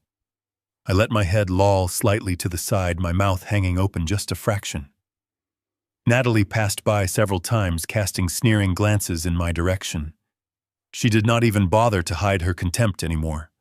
At lunch, she served me a bowl of lukewarm soup, aggressively stirring in the crushed powder of the haloperidol right in front of me, assuming I was too far gone to comprehend what she was doing. I simply smiled, a vacant, toothy smile, waited for her to walk away to answer her phone, and carefully dumped the toxic mixture into a plastic Ziploc bag hidden under my blanket. I was a man trapped behind enemy lines, surrounded by hostile forces, waiting for the perfect moment to strike. As the sun began to set, casting long, menacing shadows across the hardwood floors, Derek returned home from his office. He did not acknowledge me. He simply walked past my chair, his heavy footsteps echoing down the hallway, and headed straight for the liquor cabinet. Shortly after 8 at night, the doorbell rang. Natalie rushed to open it, her voice dropping to a hushed, conspiratorial whisper. I recognized the heavy, authoritative tread of the boots stepping into the foyer. It was Detective Mitchell, the very man who had stood over my wife's freshly dug grave and lied to my face. I remained perfectly still in my chair, regulating my breathing, keeping my eyes fixed on the television screen as they moved past the living room and into Derek's private study. The heavy oak door clicked shut behind them. I waited exactly 3 minutes to ensure they were settled. Then, moving with the silent, practiced stealth of a ghost, I slipped out of my recliner and crept up the stairs to my locked bedroom. I pulled the burner phone from beneath the floorboards, plugged in a pair of cheap, wired earphones, and connected to the secure audio feed Garrett had established. The microscopic microphone hidden inside the air conditioning vent of Derek's office picked up the conversation with terrifying clarity. I heard the clinking of ice against crystal glasses, the sound of expensive scotch being poured. "Well, everything is set on my end," Detective Mitchell said, his voice deep and rumbling, completely lacking the professional polish he used when wearing his uniform in public. "The paperwork for the accidental death ruling is permanently filed in the county archives. Nobody is ever going to open that case again. You have my absolute guarantee." I appreciate that Mitchell. Derek replied, his tone smooth and entirely devoid of remorse. "You will get the second half of your payment deposited into the offshore account by Monday morning. But right now we need to focus on the final phase of this operation. Tomorrow is the most critical day. We cannot afford a single mistake. Mitchell grunted in agreement. Tell me exactly how this is going to play out. I am putting my badge on the line by showing up here tomorrow. If the old man puts up a fight and the neighbors hear him screaming, things could get incredibly complicated very quickly. He is not going to put up a fight, Natalie chimed in, her voice dripping with cruel satisfaction. I have been pumping him full of high-grade antipsychotics all week. His brain is completely fried. He can barely remember how to hold a spoon, let alone organize any kind of physical resistance. He is just a drooling vegetable at this point. Even so, Derek interrupted, we have to make sure the legal framework is completely bulletproof. That is why the doctor is arriving at exactly 4 p.m. tomorrow. I paid a premium to get a psychiatrist who understands discretion. He has a history of signing expedited involuntary commitment forms for wealthy families who want to quietly dispose of their problematic relatives. He will conduct a brief, superficial evaluation. Once he sees the old man's induced symptoms, he will officially declare him an immediate physical danger to himself and others. I listened to my son calmly detail my destruction, my hands balling into tight fists. Once the doctor signs the medical evaluation, Derek continued, the blanket power of attorney becomes completely active. I will have total, unchallenged legal control over his medical decisions, his physical property, and the entire $6 million family trust. Then the private medical transport team will arrive at the back door. They will strap him to a gurney and take him directly to the lockdown ward at the Oak Ridge Psychiatric Facility. And where do I fit into this grand performance? Mitchell asked, the clinking of his glass punctuating his sentence. You are my insurance policy, Derek stated coldly. You will arrive at 3:45 just before the doctor. You will be in full uniform. Your presence will provide the official police authority required for an involuntary extraction. If the medical transport team questions anything, or if the old man suddenly has a moment of clarity and tries to resist, you are there to authorize the use of physical restraints. You will tell anyone who asks that you are responding to a distress call about a violent, dementia-ridden patient. You will ensure he goes quietly into that van, and you will ensure the neighbors do not ask any questions. Mitchell let out a low chuckle. It is a bold move, Derek. I have to hand it to you. You are putting your own father in a padded cell to get to his checkbook. Does it not bother you even a little bit? There was a brief silence on the audio feed. I held my breath, waiting for the answer, foolishly hoping to hear a single shred of hesitation from the boy I raised. He had a good run, Derek finally answered, his voice devoid of a single ounce of humanity. But he is a dinosaur, Mitchell. He is sitting on a mountain of wealth while my business is suffocating. I am just accelerating the natural order of things. By tomorrow night, he will be locked away in a room where nobody will ever listen to him again, and I will be a very wealthy man. Now finish your drink. We have a big day tomorrow. The audio feed cut to a low static hum. I pulled the earphones out, letting them drop onto the floorboards.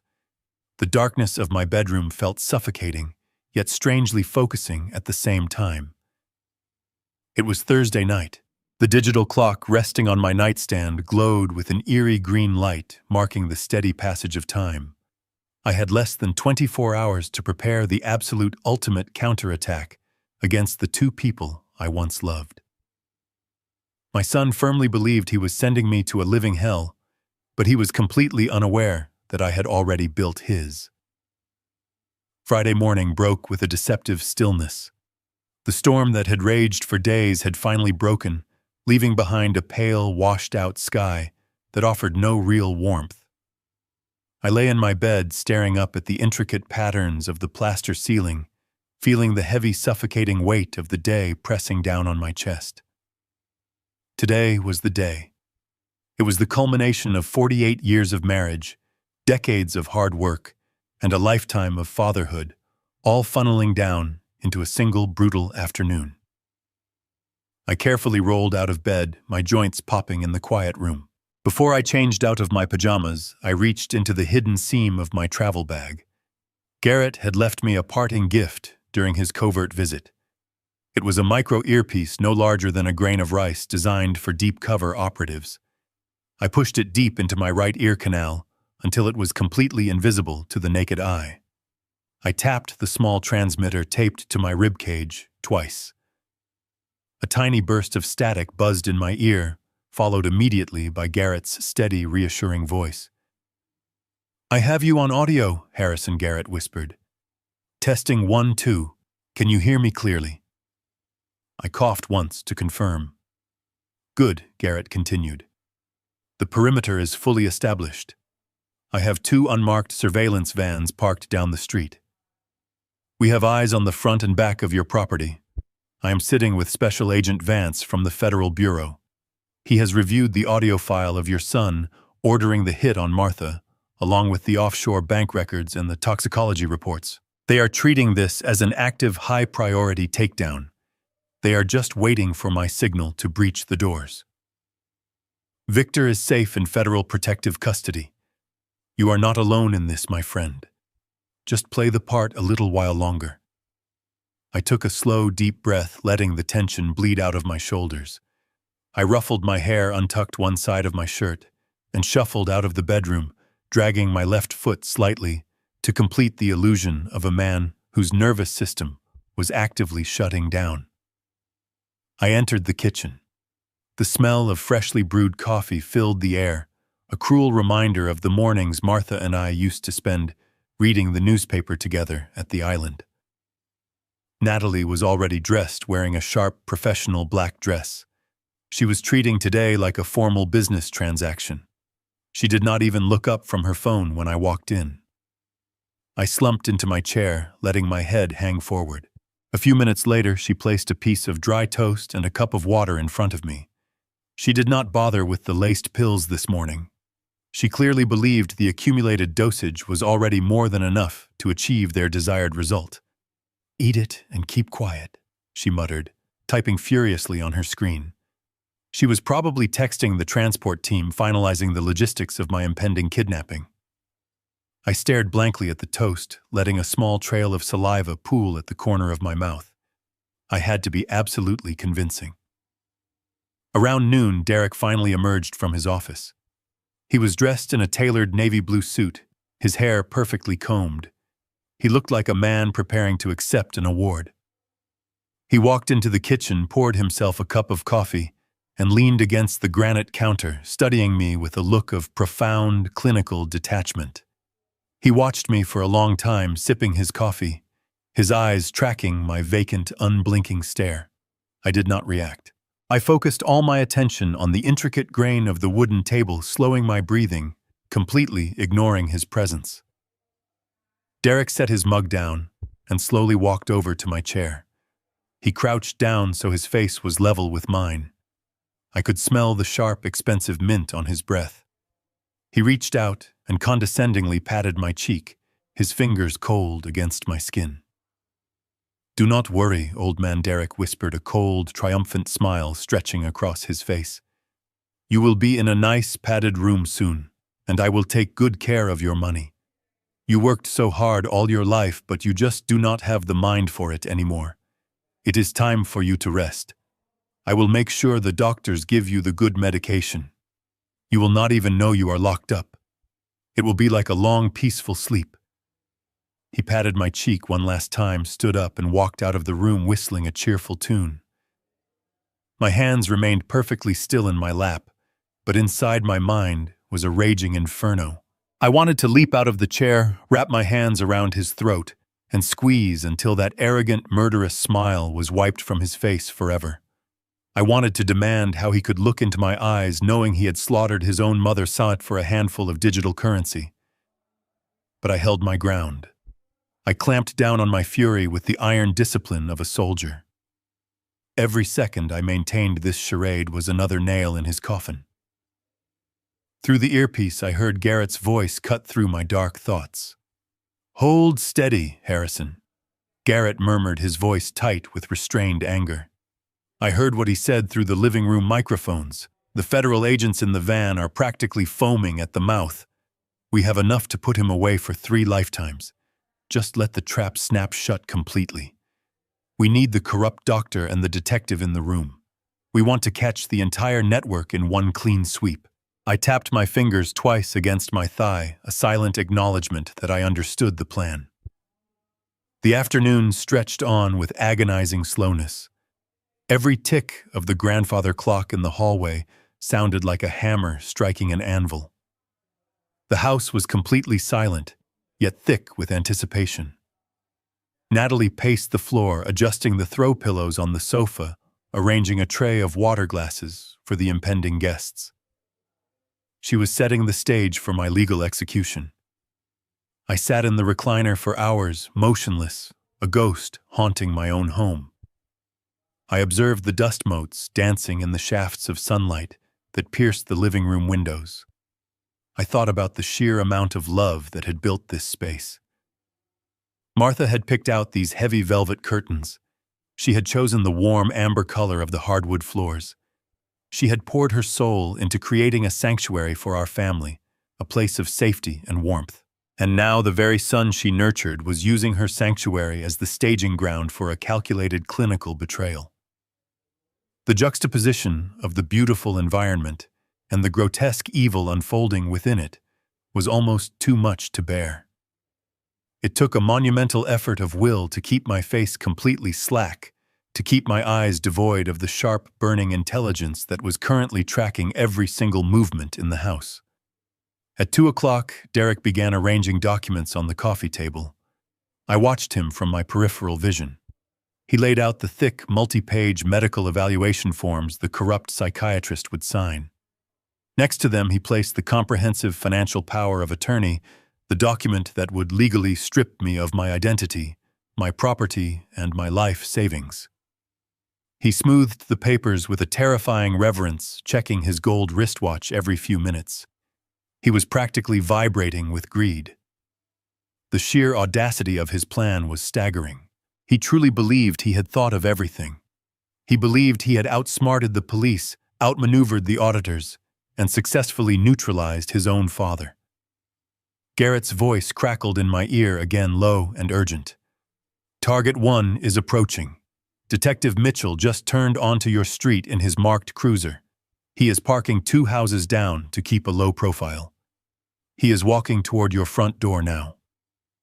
I did not move a muscle. I kept my gaze fixed on a blank spot on the wall. The doorbell chimed a cheerful sound that felt entirely wrong for the moment. Derek strode confidently to the door and pulled it open. Mitchell stepped inside, his heavy-duty boots thudding against the floorboards. He was in full uniform, his brass badge catching the afternoon light. He looked around the foyer, his hand resting casually on his utility belt. "Is the package ready?" Mitchell asked, his voice low and gruff. Derek smiled, gesturing toward me where I sat slumped in the chair. "He is completely docile," Derek assured him. "The medication has him perfectly compliant. When the doctor gets here, we run through the questions quickly, sign the papers, and the transport team will load him into the van. You just stand by the door and look official." Mitchell walked over and stood directly in front of me, staring down with a look of mild disgust. He waved a hand in front of my face. I did not blink. I did not flinch. I just stared straight through his chest. "He really is gone," Mitchell muttered. "It is almost sad to look at." I listened to the man who covered up my wife's murder pity me, and I felt a cold, hard smile form in the deepest, darkest corner of my mind. It was 3:45 in the afternoon. The air in the room was thick, heavy with the stench of corruption and impending victory. They thought the game was already won. They thought I was a broken, mindless obstacle they had successfully removed. But they had no idea that the house was wired. They had no idea that federal agents were watching their every move from the street. The calm before the storm was finally over. The sky was turning dark outside the windows, and I was entirely ready to bring the thunder. Exactly at 4 o'clock, the heavy brass knocker on the front door echoed through the silent house. Derek swiftly crossed the foyer and opened it. A tall, impeccably dressed man stepped inside carrying a sleek leather briefcase. He had silver hair swept back perfectly, and wore a pair of expensive, wire-rimmed glasses. This was Dr. Eris Thorne, the corrupt psychiatrist Derek had purchased to deliver my final sentence. He did not look like a man who locked innocent people in padded cells for profit. He looked like a respectable pillar of the medical community. Derek shook his hand warmly, thanking him for making the trip on such short notice. Natalie hovered nearby, dabbing her dry eyes with a tissue, playing the role of the exhausted caregiver perfectly. Detective Mitchell remained standing by the front door, his arms crossed over his chest, his radio crackling softly. The entire cast of my destruction was finally gathered under one roof. Dr. Thorne walked into the living room and took a seat on the velvet sofa directly across from my recliner. He opened his briefcase with a sharp metallic click and extracted a thick file folder along with a silver fountain pen. He crossed his legs, resting the folder on his knee, and looked over at me with an expression of practiced, artificial sympathy. "Harrison," he said, his voice smooth and incredibly soothing. "My name is Dr. Thorne. Your family called me here today because they are deeply concerned about your well-being. They tell me you have been struggling lately, forgetting things, acting a bit confused. Can you tell me how you are feeling today?" I kept my head lolled to the side, my chin resting near my collarbone. I allowed my mouth to hang open, breathing in shallow gasps. I stared vacantly at the cuff of the doctor's expensive suit, keeping my eyes completely unfocused. When I did not answer, the doctor leaned forward, adopting a slower, louder tone, as if speaking to a child. "Harrison, can you tell me what day of the week it is? Can you tell me the name of the current president?" I let out a low, guttural moan, letting a thin line of saliva escape the corner of my mouth and drip down my chin. I brought my trembling right hand up, pawing weakly at the air, as if trying to swat an invisible insect. I mumbled a string of completely incoherent syllables, ensuring my voice cracked and faded into a pitiful whimper. Natalie stepped forward, placing a gentle hand on the doctor's shoulder. "It breaks my heart to see him like this," she whispered, her voice trembling with manufactured grief. "It has been a rapid decline since Martha passed away. He does not even know who we are anymore.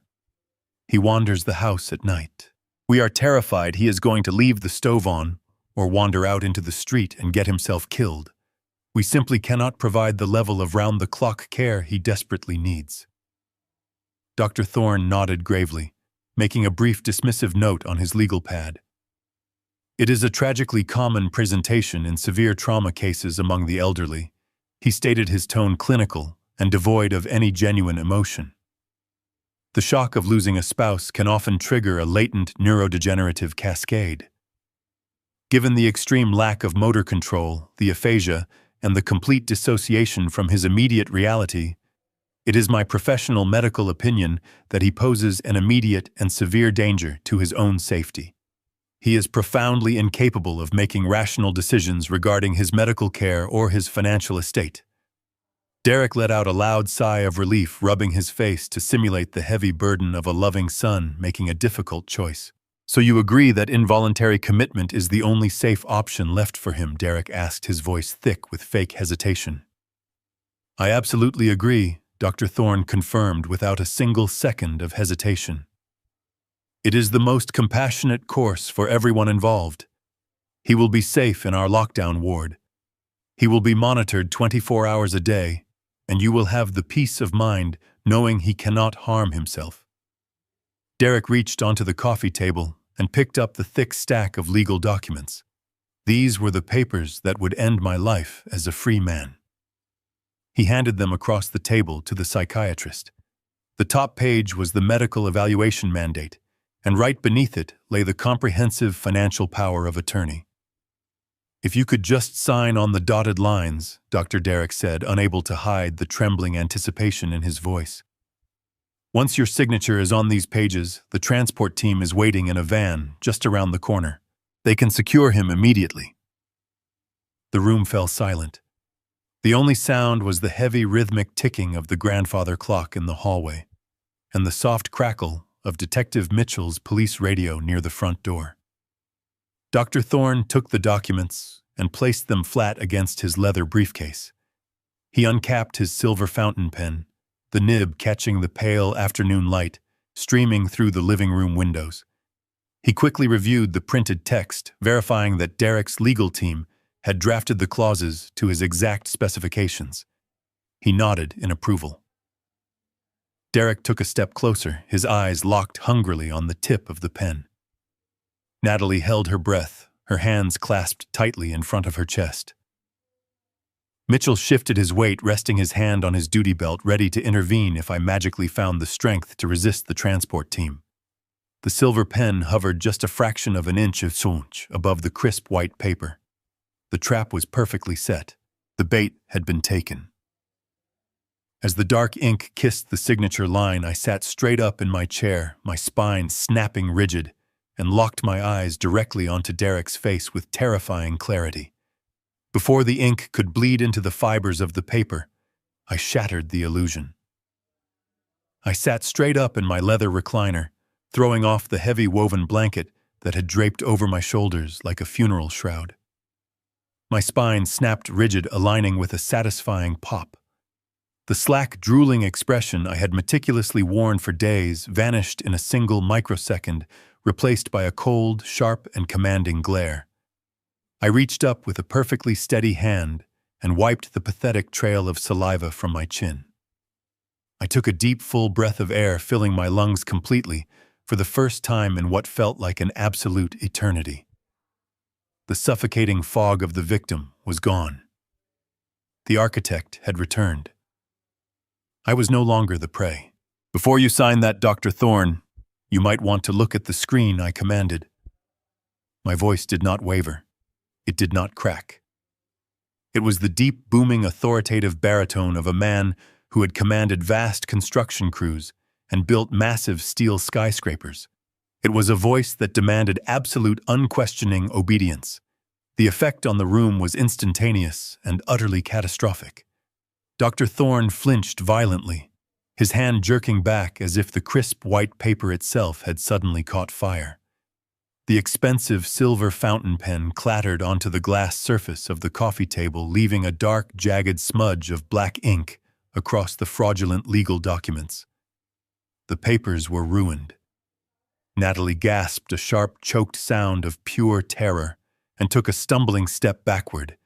She clamped both hands over her mouth, her eyes wide and unblinking, staring at me in absolute horror, as if a buried corpse had just sat up in its coffin. Derek froze entirely. The triumphant, greedy smile that had been plastered across his face just seconds ago melted away, leaving behind a pale, bloodless mask of sheer panic. He stood rooted to the hardwood floor, his jaw working silently, completely unable to process the impossible reality unfolding in front of him. Detective Mitchell instinctively dropped his heavy hand to the leather holster of his service weapon, his police training kicking in, though he had absolutely no idea what threat he was supposed to be facing in this upscale, quiet living room. "What is happening here?" Dr. Thorne stammered, his professional composure shattering into a million jagged pieces. He looked frantically from me to Derek and back again, his silver hair suddenly looking disheveled. "I thought you explicitly said he was completely incapacitated." "He is having a lucid episode," Derek blurted out. His voice pitched an octave higher than normal, desperate to regain control of his rapidly crumbling narrative. "It happens sometimes with severe dementia patients. They get a sudden, unpredictable burst of clarity before they crash again. Just ignore his ramblings and sign the papers." "Doctor, please, we need to get this done right now. We cannot wait any longer." I slowly reached into the pocket of my trousers and pulled out the small black remote control for the massive 85-inch television mounted on the wall directly above the brick fireplace. I did not break eye contact with my trembling son. "You are right about one thing, Derek," I said, my words dripping with an absolute freezing venom. "I am experiencing a moment of profound clarity. In fact, I have never seen things more clearly in my entire long life." I pressed the red power button. The heavy black screen on the wall flickered, groaned softly with electrical current, and roared to bright life. I pressed a second button, instantly syncing the television to the secure wireless server Garrett was operating from the surveillance van parked down the street. The massive screen brightened, casting a harsh, glaring white light across the terrified faces of the people gathered in my living room. The image that suddenly appeared was crystal clear, high-definition video footage captured just 2 days prior. It was a perfect, unobstructed overhead angle of the granite kitchen island. The room fell into a dead, horrifying silence as the video began to play. There, larger than life on the screen, was Natalie. She was humming a cheerful pop tune, holding a heavy marble rolling pin in her right hand. Beside her sat a steaming ceramic bowl of my morning scrambled eggs and a small plastic cup holding 3 unmarked white capsules. The evidence was right there. The hidden microphone spliced into the ceiling smoke detector had picked up the audio flawlessly. The sound of her humming echoed loudly through the premium surround sound speakers in the living room. Everyone watched in paralyzed, sickening shock as the digital version of my daughter-in-law casually took the 3 capsules, smashed them brutally under the marble rolling pin, and ground them into a fine, powdery dust. Then her recorded voice rang out from the television, cruel and dripping with pure malice. "Oh, you are completely gone, are you not?" the voice mocked. "You are absolutely pathetic. An entire life of building buildings and making money, and now you are just a useless idiot sitting on my floor."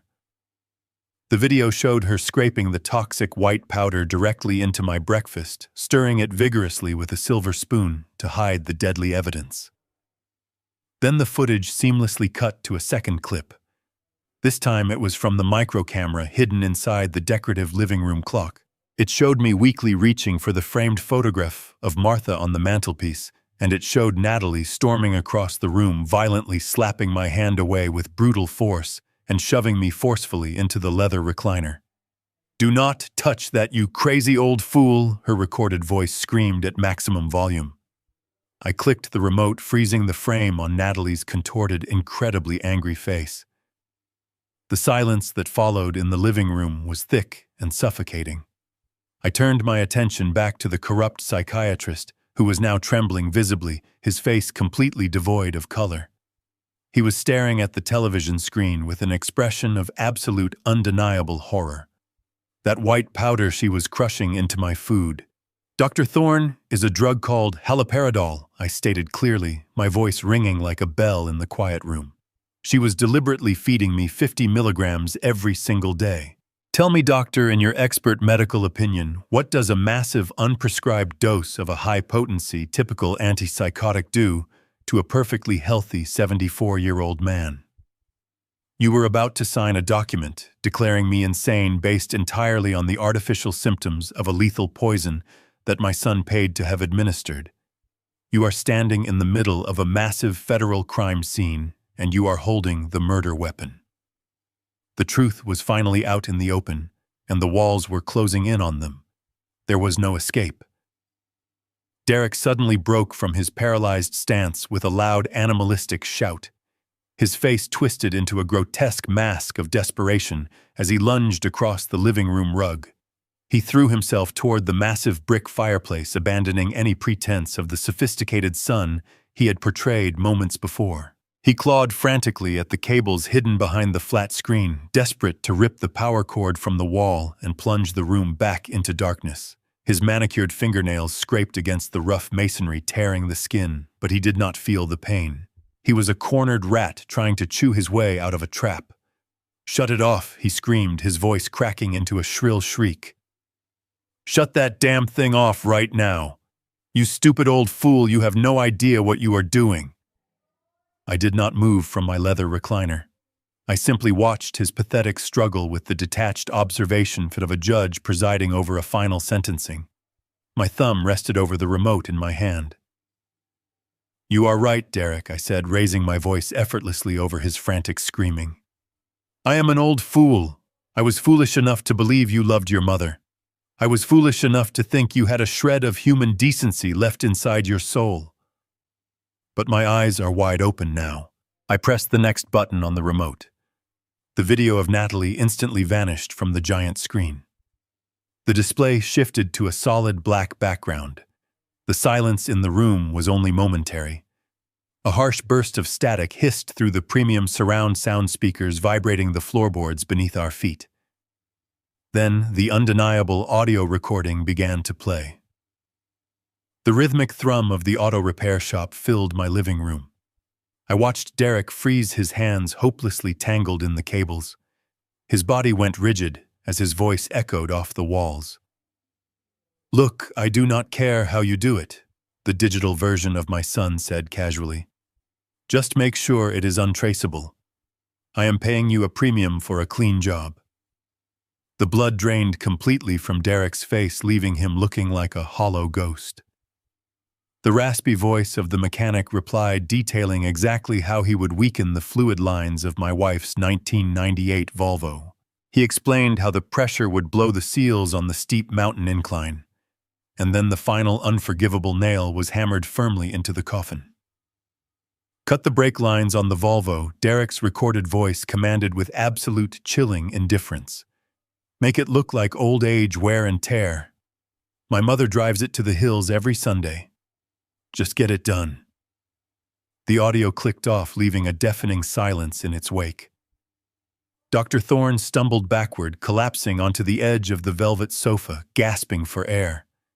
Natalie fell to her knees, burying her face in her hands, letting out a sob of pure terror. She finally understood the magnitude of the monster she had married. But Detective Mitchell did not cry. He realized instantly that he was trapped in a room with a murder confession, and his corruption was directly tied to the victim. Panic seized his mind. He took a rapid step backward, his hand dropping instinctively to his duty belt. His fingers unsnapped the retention strap of his holster and wrapped tightly around the textured grip of his service weapon. "Do not even think about drawing that weapon, Mitchell," I warned, my voice cutting through the tension like a sharpened blade. But the corrupt detective was too far gone in his panic. He began to pull the heavy black pistol from its holster, preparing to shoot his way out of the mansion and escape the devastating consequences of his greed. He never got the chance to raise the barrel. A tremendous explosive crash shattered the stillness of the afternoon. The solid wood front door of my house was violently kicked off its brass hinges. It splintered inward, crashing onto the marble floor of the foyer with a deafening roar. Simultaneously, the reinforced glass of the back patio doors shattered into a million sparkling pieces as a battering ram smashed through the frame. The house was instantly flooded with heavily armed tactical personnel. They poured into the living room from both directions, a highly coordinated tide of dark body armor, ballistic helmets, and raised assault rifles. At the head of the assault team was Garrett Cole. He moved with the lethal grace of a military veteran who had spent his life mastering the ambush.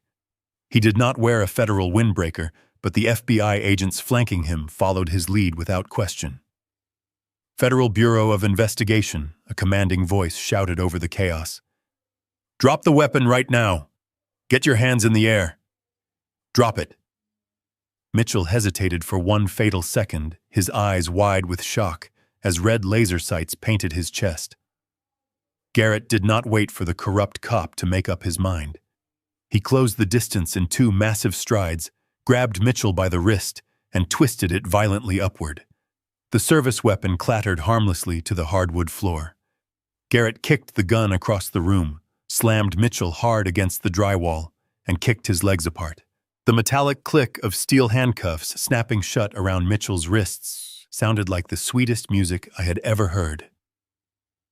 Across the room, two federal agents tackled Derek to the ground. My son did not put up a fight. He simply collapsed onto the rug he had purchased with my stolen money, curling into a pathetic ball as the agents pulled his arms behind his back. Natalie was sobbing hysterically, surrounded by officers who ordered her to the ground. I remained seated in my leather recliner, watching the flawless execution of absolute justice. My heart beat with a steady rhythm. The storm had finally broken, and I was the only one left standing. The living room was now a chaotic symphony of federal authority. The heavy boots of the tactical agents stomped across the hardwood floors, their radios buzzing with clipped, efficient commands. Detective Mitchell was the first to be hauled out. Two massive agents dragged him to his feet, his uniform crumpled and his badge stripped from his chest. He did not say a single word. He did not look at me. He just stared at the floor, the stark realization of his ruined life settling heavily onto his shoulders. He knew the federal prison system had absolutely no mercy for corrupt cops who helped murder innocent women. They pushed him through the shattered front door into the blinding flashes of the sirens that now completely flooded my quiet street. With the corrupt detective removed, the room's attention shifted to the remaining conspirators. Dr. Thorne, the distinguished psychiatrist, who had been so eager to lock me away just minutes ago, was desperately trying to negotiate his way out of the nightmare. He held his hands up in a placating gesture, his voice trembling as he backed away from an advancing federal agent. "There has been a terrible misunderstanding," Dr. Thorne pleaded. "I had absolutely no idea about any of this. I was simply called here for a standard medical consultation. I am a licensed medical professional." Garrett stepped forward, his expression carved from solid granite. "You were hired to rubber stamp a fraudulent diagnosis for a financial conspiracy." Dr. Garrett stated, his voice echoing loudly. "We have the wire transfers from Derek's offshore accounts directly to your private clinic. You are not a doctor anymore. You are a co-conspirator to federal fraud and elder abuse. Put your hands behind your back." The doctor let out a pathetic whimper, offering no physical resistance as the cold steel cuffs locked tightly around his wrists. They marched him out, leaving only my daughter-in-law and my son. Natalie was entirely unhinged. The sophisticated, cruel woman who had forcefully slapped my hand away and mocked my fake dementia was completely gone. In her place was a terrified, hysterical mess. As two agents pulled her to her feet, she began to thrash wildly, tears streaming down her ruined makeup. She turned her panicked, desperate eyes toward Derek, who was still pinned to the rug. "It was his fault," Natalie screamed, her voice tearing through the room. She pointed a trembling finger at her husband. "He made me do it. He bought the drugs. He told me to put them in the food. I did not know anything about the car crash. I swear to God I did not know he killed Martha. He told me it was just to get the money to pay off the loan sharks. You have to believe me, Harrison. Tell them I did not know about Martha." I looked at her, my face completely impassive. "You willingly fed a neurotoxic poison to a man you believed was defenseless, Natalie," I replied, my voice steady and unforgiving. "You laughed while you did it. You are exactly where you belong." She let out a piercing wail of despair as the agents dragged her out of the room, her cries fading into the chaotic noise of the front lawn.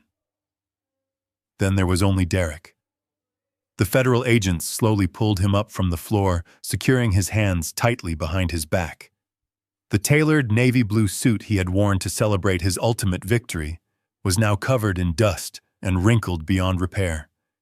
He looked around the room, his eyes darting frantically, searching for any possible loophole, any escape route that simply did not exist. The digital fortress he had built was completely breached.